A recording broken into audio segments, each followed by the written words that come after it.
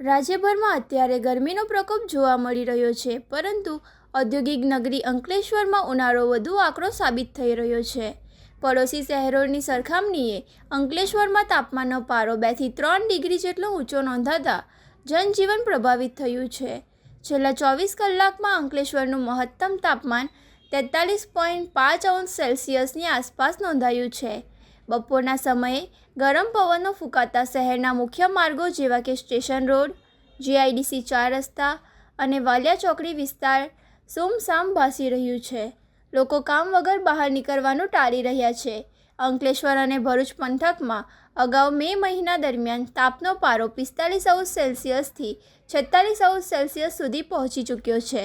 છેલ્લા એક દાયકામાં 2026-2019ના વર્ષમાં અંકલેશ્વર રેકોર્ડ બ્રેક ગરમીનો અનુભવ કર્યો હતો.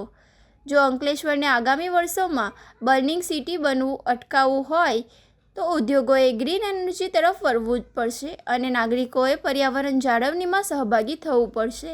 તંત્રની અપીલ પણ કરાઈ રહી છે. જો ચક્કર આવે, ઉલટી થાય કે અશક્તિ લાગે તો તાત્કાલિક નજીકના આરોગ્ય કેન્દ્રનો સંપર્ક કરવો. અંકલેશ્વરની જનતાએ આગામી 2 દિવસ હજુ વધુ સાવચેત રહેવાની જરૂર છે.